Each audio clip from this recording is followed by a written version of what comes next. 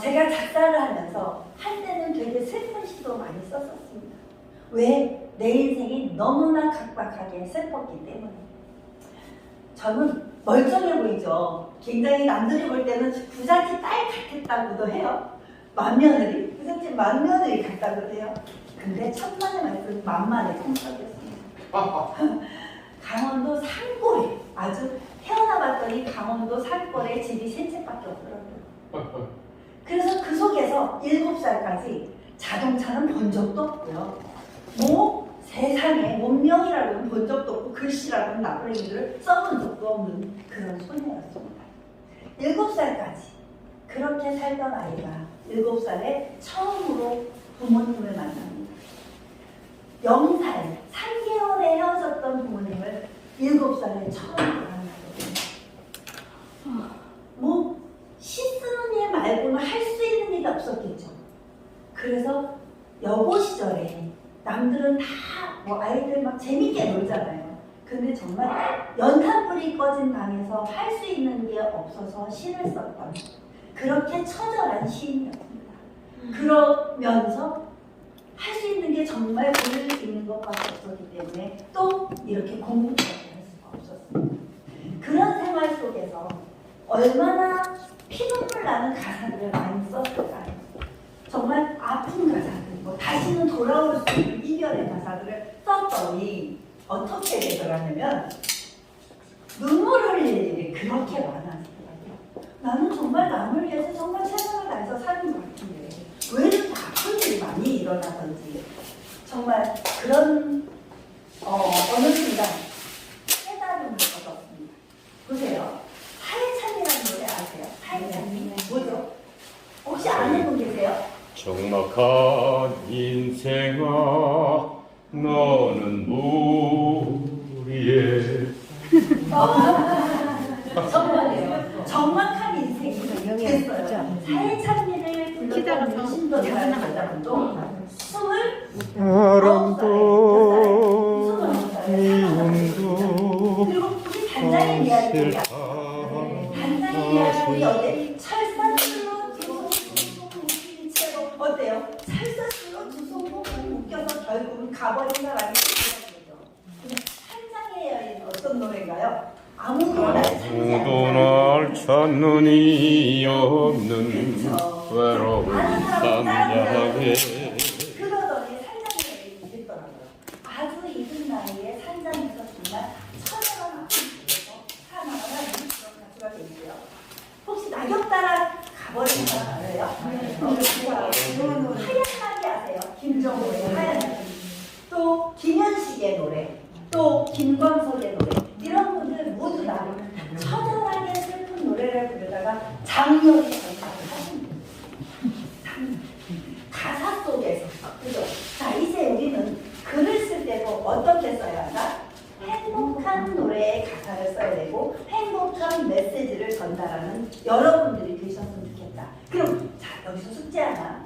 오늘 이 시간이 딱 지나고 집에 갈 때 문자를 넣는데 내가 가장 소중하다고 생각하는 사람 한 사람을 골라주세요. 여러 사람이어도 괜찮습니다. 골라서 문자를 주시는 것입니다. 자기만의 가장 감성적인 언어, 메시지를 통해서 고맙다는 말, 정말 잘했다는 말, 사랑한다는 말, 행복하다는 말, 이 네 단어가 생각이 안 나면 여러분들의 언어로 저는 꼭 약속해 주세요. 누구에게라도 괜찮습니다. 내 메시지를 받은 사람은 우리의 소울메이트가 될 것입니다. 누군가는 나에게 내 인생에 한 사람의 소울메이트를 만드는 시간을 여러분들이 가져주십시오. 어느 날은 저는 술도 못 마시던 사람인데 어느 날은 이제 자기가 또 죽겠으니까 술을 한 잔 마셔보고 이런 글을 썼습니다. 가슴에 삭혀야 할 게 많은 날은 술을 마신다. 괜찮다. 잘했다. 술술 풀어라. 너의 뜨거운 가슴처럼 술은 사갈 대로 사갔을 때 맛이 더 깊어라. 혹시 주변에 그 카페 카페나 술집 하시는 분 있나요? 아주 친한 사람이 하는 분 안 계시나요? 혹시 본인이 하셔도 됩니다. 그런 분이 계시다면 제가 이걸 큰 저런 팜플렛으로 만들어서 선물을 드리고 싶습니다. 혹시 필요하다면 말씀해 주십시오. 그렇게 끊임없이 누군가에게 나의 모든 에너지를 이렇게 선물해주고 살고 싶은 그런 사람이라고 생각하시면 됩니다. 자, 이렇게 만들어서 드릴 수 있습니다. 필요하신 분은 저에게 카톡을 주십시오. 자, 그렇게 웃음과 정신적인 이런 건강을 통해서 이렇게 끊임없이 누가 제일 귀여워요? 저가 이게 제일 귀여워요.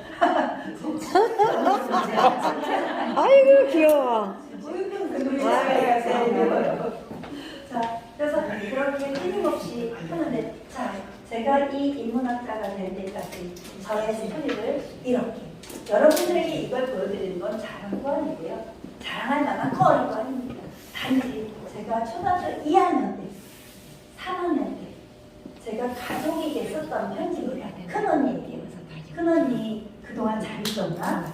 나도 공부 열심히 하고 잘 있어. 엄마가 그러는데 작은언니는 내일 모레 온다는데 큰언니는 못 오니까 나도 슬퍼. 언니 혼자 심심해서 어떻게 해? 그래도 울지 말고 혼자라도 밥 잘 먹고 잘 지내야 해. 늘 초등학교 2학년, 3학년인데도 편지를 쓸 때 저런 마인드를 가진 소녀였던 것 같습니다. 그래서 아프지 말고 늦잠 자지 말고 11살 많은 그 언니에게 그런 걱정을 하던 그 소녀가 지금은 이렇게 힘이 되어있는 것입니다. 여러분들의 한번 지나온 시간을 한번 잘 돌아보십시오. 그리고 저는 매일매일 문자를 쓰든 이렇게 글을 씁니다. 경이로운 감사, 때로는 너무 소중해서 눈물겨운 것들입니다. 정말 인생의 어느 순간부터는 너무나 경이로운 감사라는 그런 단어가 떠올랐습니다. 그래서 이걸 캘리그라피라고 하죠. 여러분들, 저도 글씨 잘 쓰는 거 아니에요. 잘 써서 하는 게 아니고 나만의 메시지를 나에게 매일 전달하는 것입니다. 그러면 어떤 게 생기냐면 원래는 나도 몰랐던 나가 내가 디자인 되기 시작합니다. 내가 어떤 의식을 갖고 사는지 몰랐는데 내가 어느 순간 나만의 의식을 가진 그런 사람으로 거듭나 가고 있더라는 것입니다. 이 방법을 여러분들이 매일 저녁에 하셔도 좋고요. 아침에 하셔도 좋습니다. 자기 자신에게 메시지를 주는 것입니다. 요즘은 이렇게 글씨 안 써도 카톡으로 쓰셔도 됩니다. 그럴 때 어떤 말을 써주시면 되냐면 인생의 감사와 행복으로 충만한 그런 글을 써주시는 것입니다. 그런 스피치를 해주시는 것입니다. 그런 문장을 전해주시는 것입니다. 누군가에게, 나에게 먼저, 그리고 소중한 사람에게 먼저. 그리고 우리 단톡들 많이 유지되죠. 그 단톡에 마저도 만약에 저기 백순자 선생님이 좋은 영상 올렸으면 순자씨 짱이에요, 고맙습니다 정도는 남겨줄 줄 아는 우리의 넉넉한 가슴을 갖고 산다면 여러분들이 강사로 활동하실 때 또 그분들이 여러분들을 위해서 박수를 쳐줄 것이라고 했습니다. 저 여러분들을 위해서 큰 박수 한번 만들어드리겠습니다.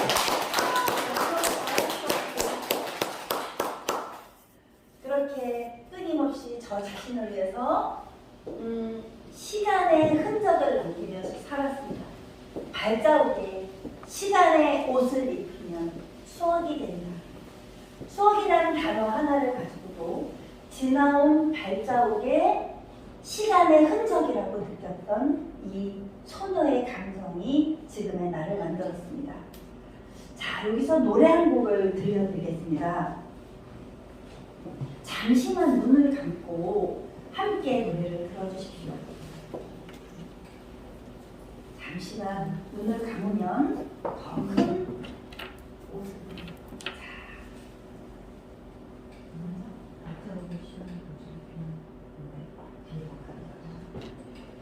영상음악이 될 수 있다고 생각합니다. 한번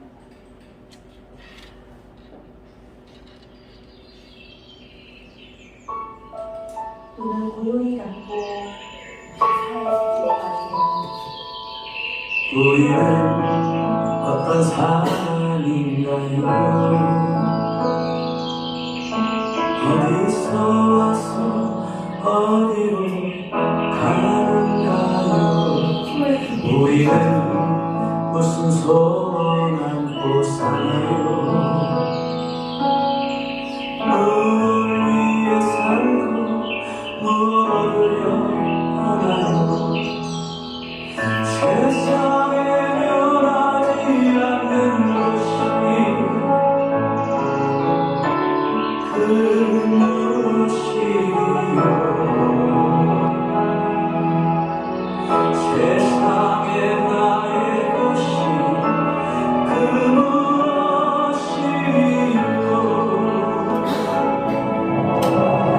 가만히 나누어도 모자란 시간 더 많이 베풀어도 부족한 사랑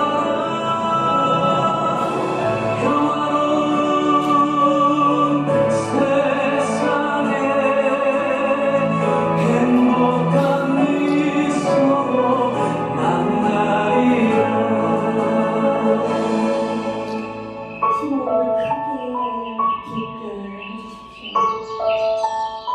사랑은 나의 예수는 지금의 여러분을 만들었습니다. 여러분들의 미래가 더 아름답게 펼쳐질 것입니다.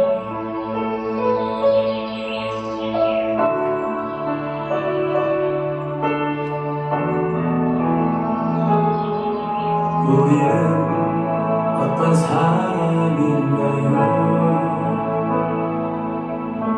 어디서 와서 어디로 가는가요? 우리는 무슨 소원 안고 사나요? 무엇을 위해 살고 무엇 얻으려 하나요?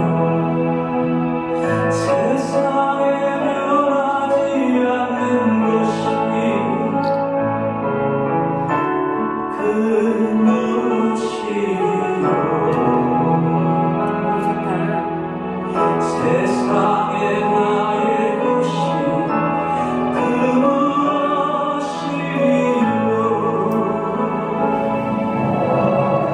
가만히 나누어도 모자란 시간 더 많이 베풀어도 부족한 사랑 평화로운 세상에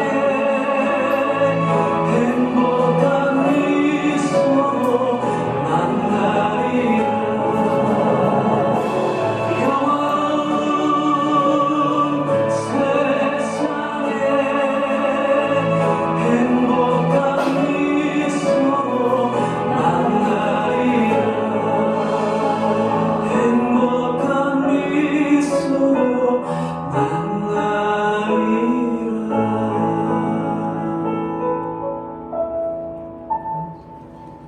아유, 감사합니다. 정말 감사합니다. 아, 저기 보니까 가슴이 소녀 같은 분들이 참 많으셔서 눈물 흘리는 선생님도 계시고 참 가슴 속에 먹먹한 생각도 하시는 분들도 계신 것 같습니다. 그게 바로 여러분들의 강사가 되시는 분들의 기본 신성인 것 같습니다. 이런 감성이 없으시다면 여기까지 안 오셨겠죠, 그죠? 그래서 자, 이제 제가 이제 감사합니다. 이렇게 저도 이러면서 또 많은 걸 배우게 되는 것 같습니다. 자, 선생님들과 이제 또 공부가 되는 이야기를 좀 나눠드려야 될 것 같습니다. 자, 제 이야기를 통한 이런 강연은 왜 진행을 이렇게 하는 거냐면 진심이 전해지는 강의만이 살아있는 강의이기 때문입니다. 여러분들도 이제 앞으로 강사가 돼서 나가서 강의를 한다면 이런 데 오시는 분들은요, 내용을 몰라서 오시는 분들이 없어요. 그런 내용은요 네이버 지식인에 물어보면 다 나와요. 그죠? 유튜브에 검색해보면요 하버드 대학 같아요.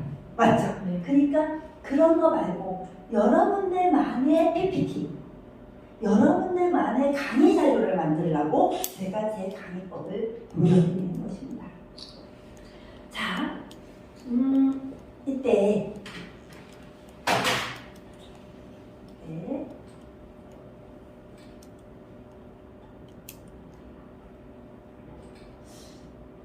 그러면 여러분들이 이제 여러분들은 시를 쓰거나 또 작사를 하고 싶은 분들도 계실 거고요.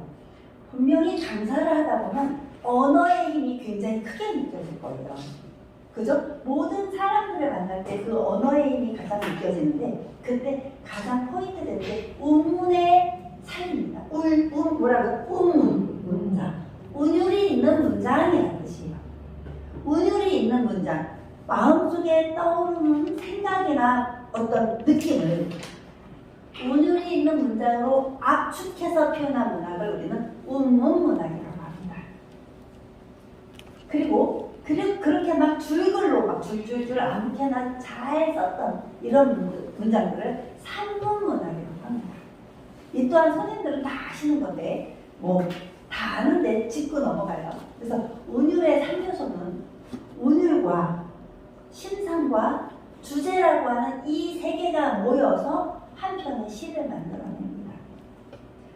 강사가 되시는 분들은 최소한 짧은 시 한 편은 써서 맨 처음에 나갔을 때 자기만의 시낭송을 딱 해주면서 어때요? 우리 중앙대학교 명품 스피치와 시낭송 과정이잖아요.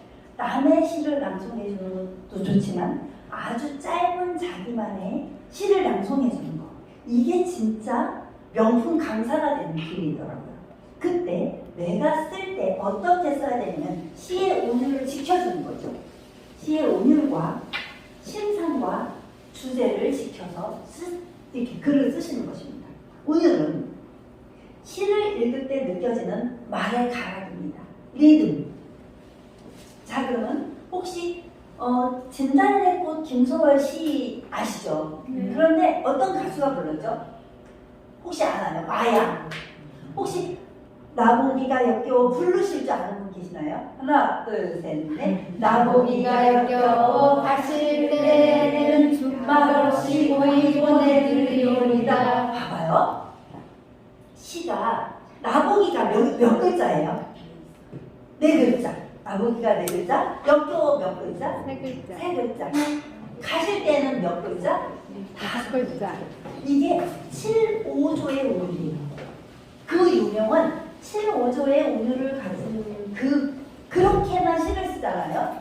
그러면 그게 작사가 저절로 돼요. 음률이 안 붙을 수가 없어요. 여러분들은 그러면 여러분들이 썼던 게 그냥 가사가 될 수가 있어요. 어때요?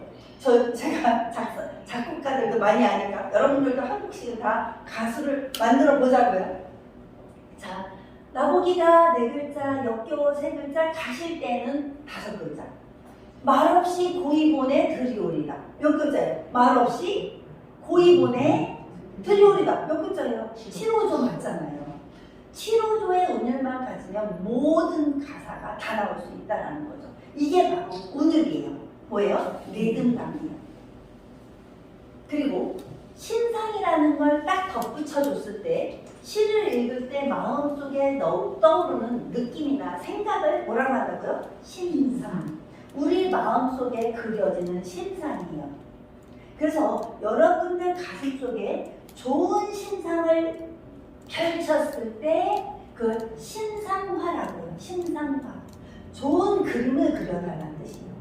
좋은 그림을 그렸을 때 그 그림이 좋은 에너지를 뿜어서 내 인생도 좋은 그림으로 펼쳐진다는 거죠. 그러면 여러분들의 하나하나의 자기의 아까 그랬죠. 브랜드를 만들어라. 디자인하라.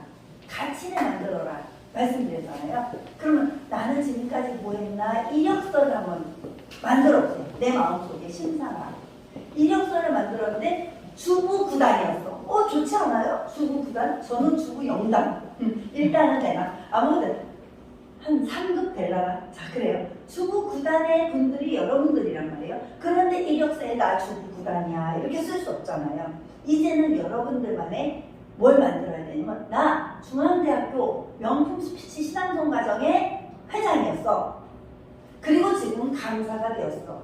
그러면 처음부터 잘난 사람보다 그렇게 처음 강의할 때 나도 여러분들처럼 몇 년 전에는 이 자리에 앉았었어요 라고 얘기하는 강사 어떨까요?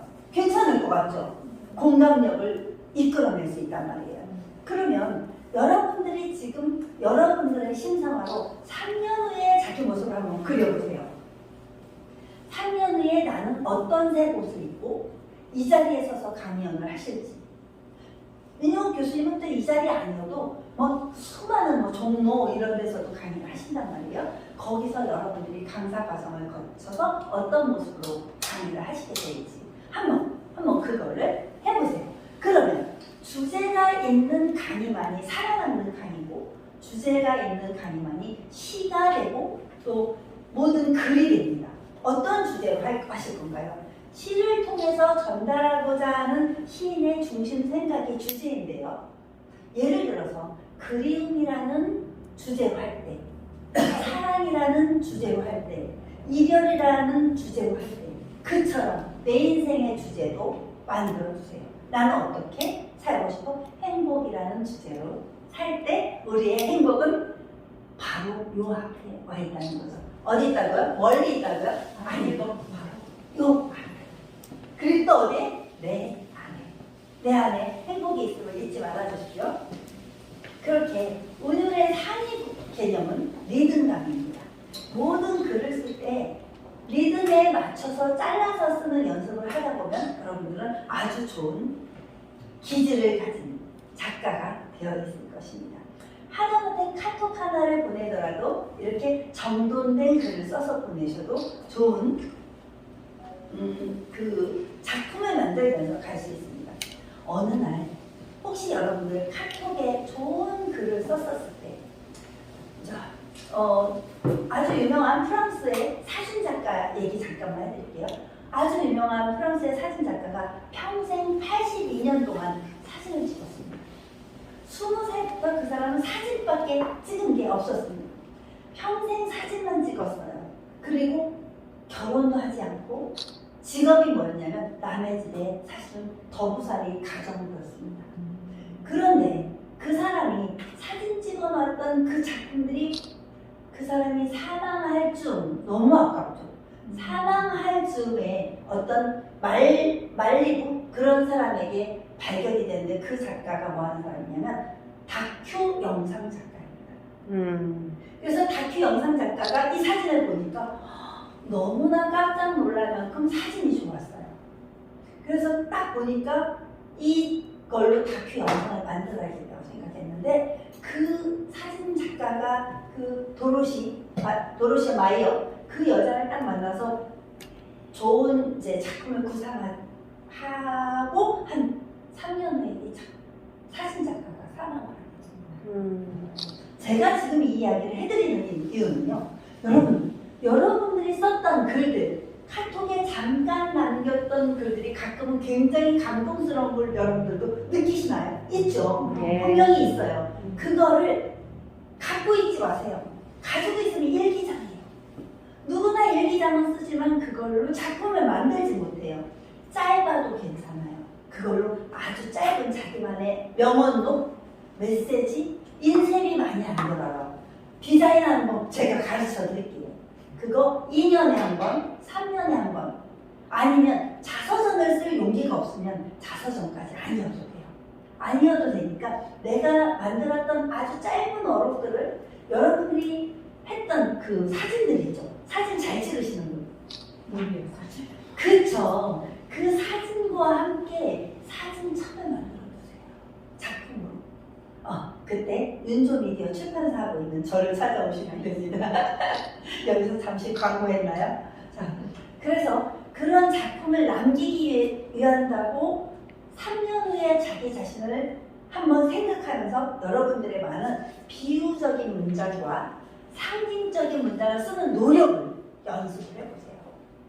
요즘에는 디카시라는 거 들어본 적 있나요? 디카시. 디카시가 뭐냐면 디지털 카메라로 찍은 사진 한 장에 글을 입히는 것입니다. 아무것도 아니에요. 지나가다가 이 물 웅덩이 하나 거기에 낙엽이 떨어져 있는 거 하나 사진 찍었을 뿐인데 그게 사진 작품이 되고 그 작품에다 맨 밑에 한 줄 메모를 했을 뿐인데 여러분들은 작가가 되어 있는 것입니다. 자, 그럴 때 비유는 뭐냐면요. 어떤 현상이나 사물을 직접 설명하지 않아요. 직접 설명하면 너무 줄줄줄 이야기가 길어져요. 그러니까 설명하지 않고 다른 비슷한 현상이나 사물에 빗대어서 나가는 것입니다. 자, 뭐뭐 같은 달이라고 말하고 싶을까요? 둥근 달, 뭐뭐 같은 달이라고 표현하나요, 여러분들?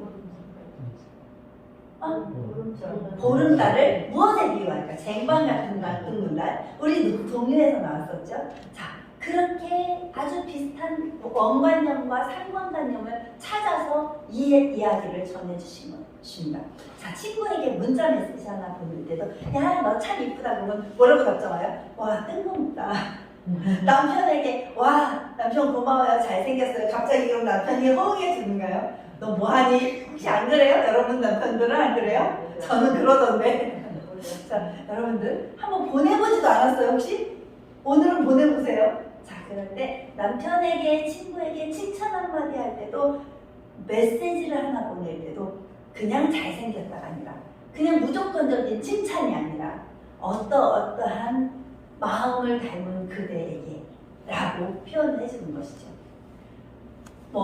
막 부인이 지진에 대해 잘 이야기하는 사람이라 참새를 닮은 당신의 소리의 아침이 참 싱그럽습니다. 이렇게 보내면 어떨까요? 선생님 한번 해보시겠어요? 이렇게 메시지 보내면 어떨까요? 그렇게 해도 되고요. 순간순간 떠오르는 그런 것 상징과 비유를 통해서 글을 써서 보내면 여러분들은 본인도 모르게 어느 날 갑자기 아주 좋은 조건의 작가가 되어 있을 것입니다. 조금 전에 말씀드렸던 대로 이런 운을 지켜서 그렇게 글을 쓰다 보면 그것이 시가 되고 노래가 되는 그런 시간에 만나게 됩니다. 제가 여기쯤에서 신앙송 하나를 해드릴게요. 우리가 명품 스피치와 신앙송 과정인데 배경음악은 없이 이렇게 글로 그냥 해드릴게요. 제목은 만남입니다. 만남 강재현. 살아있음을 온몸으로 느끼고 싶은 날 우리는 만났습니다. 서로 다른 모습과 서로 다른 색깔을 가지고 있던 우리는 인연이라는 단 하나의 언어를 통해 어느새 같은 향기를 뿜어내고 있습니다. 더 많은 말이 필요하지도 않았고 가식적인 웃음이 필요하지도 않았습니다. 가슴을 열고 다가가면 맨발 걷고 달려와주는 사람들, 눈물에 젖어 다가가면 눈물의 흔적마저 닦아내주는 사람들, 우리들의 가슴과 가슴 사이에는 수천 겁의 인연의 끈으로 맺어진 인연 하나, 탯줄처럼 이어져 있습니다. 살아간다는 일이 가끔은 가시밭길일지라도 함께 손잡고 걸어가게 될 그 길, 기꺼이 지금 이 순간 중앙대학교 명품 스피치와 신앙송 과정, 이 과정의 선생님들과 함께 가고 싶습니다.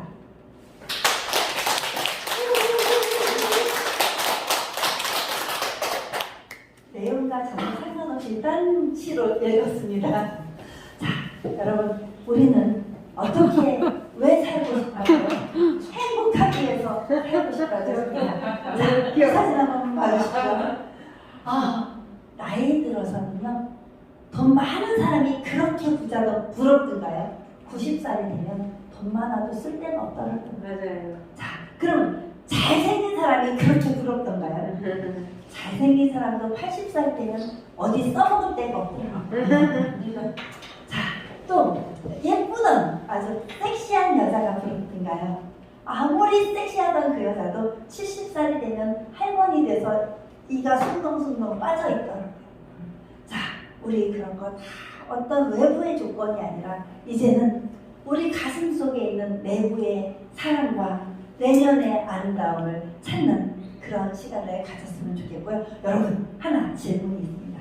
나는 최근 일주일 동안에 정말 최소한 키스 한 번 해본 적이 있다. 들어봐 주십시오. 뭐예요? 한 번도 없어. 어떻게 이 교실에는? 정말 없어요? 있어요. 이분 중에서 한 번만 박수 쳐주세요. 몇 퍼센트, 몇 대 1이에요, 몇 대 1? 이렇게 사셔야 합니다. 이렇게. 그죠? 사실은 저도 없습니다. 네, 이제 반성해야 합니다. 오늘의 숙제는 자, 키스까지는 아니더라도 아주 사랑하는 옆에 사람의 손을 한번 따뜻하게 잡아주는 이런 시간을 꼭 가졌으면 좋겠습니다. 아셨죠?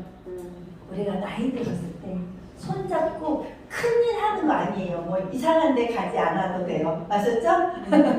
손잡고 아주 좋은 둘레길을 걸을 수 있는 그런 사람들과 함께 하는 거. 그래서 저는 우리가 이 시간이 지나고 졸업을 하더라도 여기 수료를 하더라도 여러분들에게 꼭 추천하고 싶은 건요. 겨울날에 눈 내리는 날 번개도 해주시고요. 봄날에 여러분들끼리 꽃놀이도 꼭 같이 가는 그런 시간을 만드셨으면 좋겠습니다.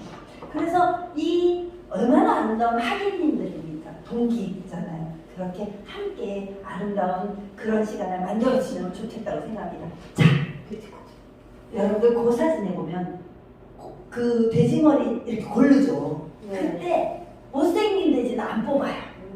그죠? 웃는 돼지를 해야지 이렇게 좋은 복을 가져온다고 합니다. 우리 이 돼지머리 하다못해 그 돼지머리도 웃어야 되는데 우리가 웃지 않으면 인생이 펼쳐지겠습니까? 웃어주면서 살아주십시오. 이런 사람이 꼭 있더라고요. 남을 축복하면 적극적으로 사는 사람이 있습니다. 맞습니까? 2번, 남을 칭찬하기는 하지만 나는 글쎄 칭찬은 해요. 근데 난 모르겠어. 이런 사람도 있어요. 3번, 자신은 못하지만 그 남잘 되는 꼴은 절대 못 보는 사람이 주변에 있던가요? 있어요. 맞아요. 다 공감합니다. 있습니다. 또 자신은 하지 않아도 비난은 안 해요. 그래도 좀 낫다. 그죠? 자, 이 4가지 사람 중에 어떤 사람을 만나고 싶은가요? 몇 번? 1번. 자, 우리가 바로 이런 사람이 되주세요. 그래서 오늘 이 시간이 끝나고 나면 자랑질을 좀 하는 사람이 되주세요. 나 중앙대 다녀 어깨 한번 으쓱 해주세요. 그럼 어떤 사람은 아이고 참 중앙대 시기나 다닌다고 어디서 와서 이런 사람도 분명히 있을 수 있어요. 그런데 거기에는 분명히 1번 같은 사람이 있습니다. 그래서 여러분들의 인생을 자랑하는 그런 시간을 가져주세요. 그리고 중앙대 명품 스피치 과정 1기지만 이제 2기의 후배들이 더 많은 교육의 힘을 받을 수 있도록 해줬으면 좋겠습니다. 여러분 자신을 위해서 크게 한 번만 박수 쳐주세요. 우리가 어떻게 살아야 되냐면요. 2번째 기회는 다시 오지 않을 것처럼 살아야 합니다. 저 역시도 저에게 던지는 메시지입니다. 2번째 기회는 다시 오지 않을 것처럼 이 시간을 만들어 가다 보면 여러분들은 여러분들의 인생에 새로운 꿈과 비전과 목표를 도달해 있을 것입니다. 마음의 문을 들여다보는 시간 여행을 가져보십시오. 닫혀있는 문에 그 창문들을 다 활짝 열고 나면 사람이 보이기 시작합니다. 사람이 보일 때쯤 여러분들은 감사로 성공해 있을 것입니다. 앞으로 저도 여러분들